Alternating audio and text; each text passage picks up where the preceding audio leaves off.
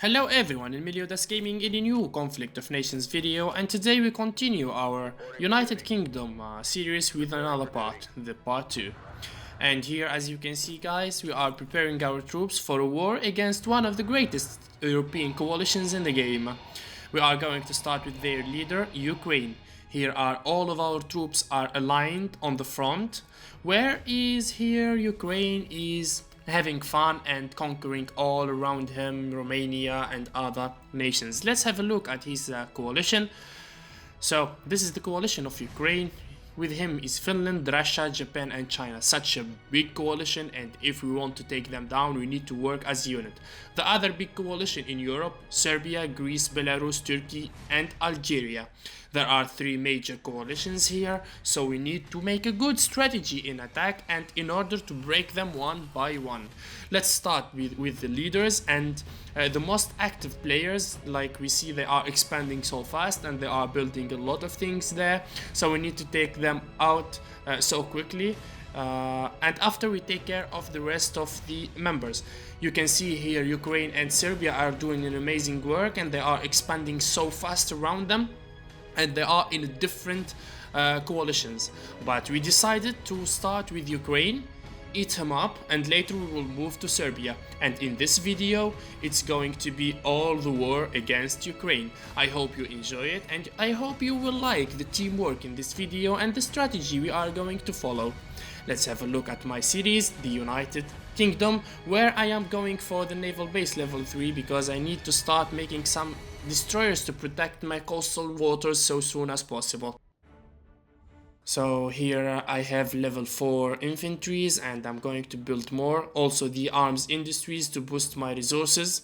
And this is a big look of the game. Here we controlled all the north of Europe and still we don't control the south. So we need to start moving and preparing ourselves because a lot of big wars are coming up and we need to be well prepared for it. So here that's me with two big stacks of infantries, also Poland with his infantry officer, also Sweden and France in the capital Warsaw. They are all ready to start this war. So this is Poland is advancing and the war is on. Okay, I'm going to Susayeva because lately he had a big war against Romania, so practically he has a lot of stacks in this front. So I don't want to start the war without taking his front forces. So I'm going to push forward to Susayeva first, take it down and take down one of his stacks, and the other one is going for the capital Kiev, where now Poland is sending his strikers to have a little recon on the cities of Ukraine. He is going to Lviv with his infantry officer there. It's going to be a joint attack. Well, Sweden didn't start the attack with us yet. He is offline, but France is going for Russia at the same time because we don't want a reaction in our back from his ally Russia. So we will, me and Poland, we will go for Ukraine, and France will take around us and go from behind to Russia. So here my air superiority fighter is detecting infantry in Susayeva. Brest is empty, Lviv is empty, the front is not so heavily armed. He wasn't expecting this attack, so we will not find him so prepared for us because he is already thinking about Serbia because they have joint borders with him. Here France is moving for Russia. I'm going to send one corvette to St. Petersburg to prevent any forces to go from there. We need to secure the Baltic Sea. Moving to target. Our troops are moving slowly and perfectly. This is a stack of 10. Infantry is going for the capital.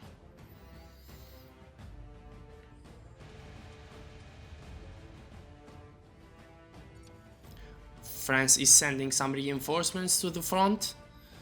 He needs as much reinforcements as he can get because Russia is huge. It's so big.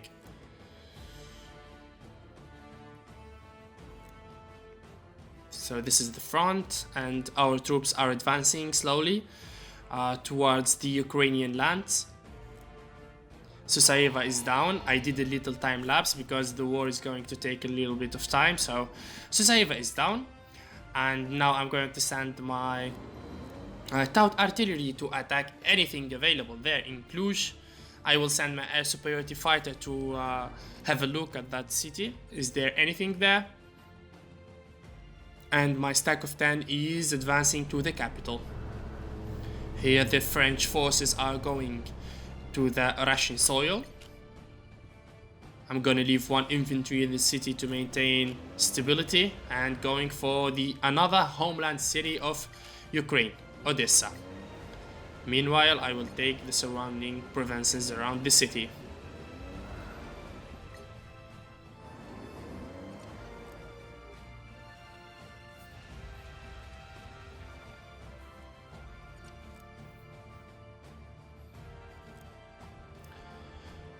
So the naval base is ready, and I'm going to start making some destroyers there. It's so important, as I said in the first part, that we will focus on the navy in this game. So we need to start securing our coastal cities first, and later we will advance to the cruisers and attack subs. I'm going to make such a tremendous navy in this game because the United Kingdom deserves a Royal British Navy, a big navy in this game. And as I agreed with my allies, they will focus on the Air Force and they will focus on Navy.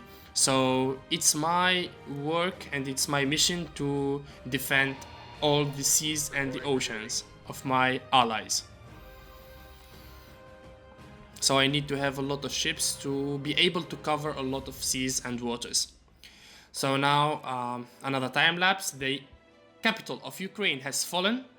The other city of Ukraine, also Odessa, has fallen. Poland has attacked the other cities with his strikers, and practically he is finished so quickly.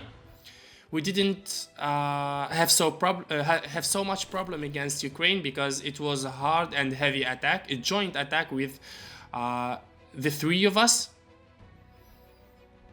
We didn't even give him time to give a reaction because we paralyzed all of his defenses there.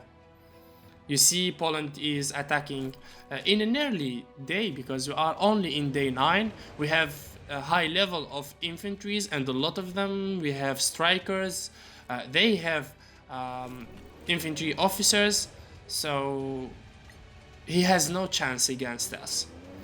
I'm going for the city of Kisnau because I need the components. It's a component city and I need to get it. I need as much components as I can get because, as you can see here, I have 175 units per hour. It's not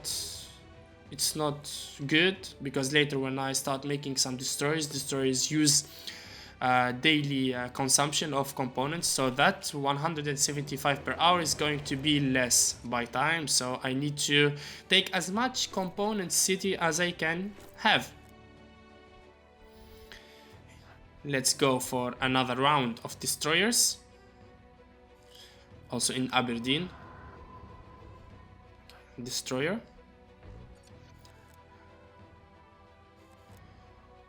I'm not going to upgrade the destroyers in this game. I'm going only now because I will need them in the first war in these days because everyone will have only corvettes or frigates. So level 1 destroyers will be so useful because later I'm going to use the combo of cruisers and attack submarines. It is a very strong combo, deadly in the waters, and I'm going to do it in this game. I'm going to make a lot of attack submarines and cruisers max level.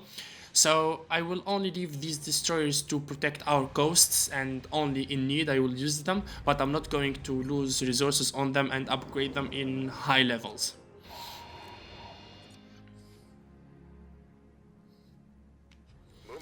So the officer of Poland is taking the cities. My stack is going for Kharkiv. Everything is going so fine so far. Sweden has joined France in attacking Russia, because only France only going for Russia isn't enough. Russia is a very big nation, so it needs at least 2 players. So me and Poland, we went for Ukraine. France and Sweden went for Russia. So Spain is asking for backup. He needs 1 or 2 corvettes near Gibraltar Sea. So practically Spain is being threatened, and he has a lot of dangers south of him, because all of the north of Africa is full of enemies there. And also Algeria is growing so fast. He took all of Morocco. So practically Algeria, if Libya is his ally, he will head north for Spain. So I'm going to secure him with some ships there, and the second we finish our wars in Europe, we will have a look in North Africa, of course. So here is a Serbian stack. Took is now from me. Well, that's something I don't like in this game, when someone takes a city from me in front of my eyes. That's so disrespectful. I really needed that component city there, and it's getting on my nerves how Serbia took that city with cold blood. However, I'm going to make him pay for it. I'm not going to let this slide so quickly and easily, because my next target now, after Ukraine, will be Serbia. And that would be in the next part, in the next video. Because if I'm going to join the Serbian war in this video, it's going to be so long. So I'm going to leave this part only for the war against Ukraine, and the combo of attack between me and France and Sweden and Poland. It's a good when a full coalition work together. And in the next part, with a stronger enemy, which is Serbia, we will show you another kind of a teamwork, of course. So here I'm going for now the mobile anti-airs. The mobile anti-airs are so important in my strategies. I love playing with the mobile anti-airs because they give me a good protection, good air protection against helicopters and aircrafts, and also they can attack, of course, infantries and armored vehicles. Well, it's not a big damage, but it's useful. It's better than nothing. I love the mobile anti-airs, and I always use them. I used both before SAMs and mobile anti-airs, and I really figure out that mobile anti-airs are more efficient, because they attack both helicopters and aircrafts, while the SAMs attack only aircrafts. They don't attack the helicopters, and yes, they can attack missiles.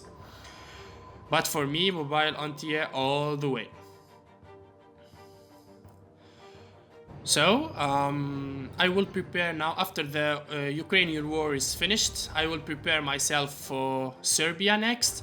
I'm going to put my troops close to the Serbian borders from the east and the west, of course. And in the next video, we will show you how this war how it is gonna be. So see you later in the part 3, the Serbian war, and bye bye.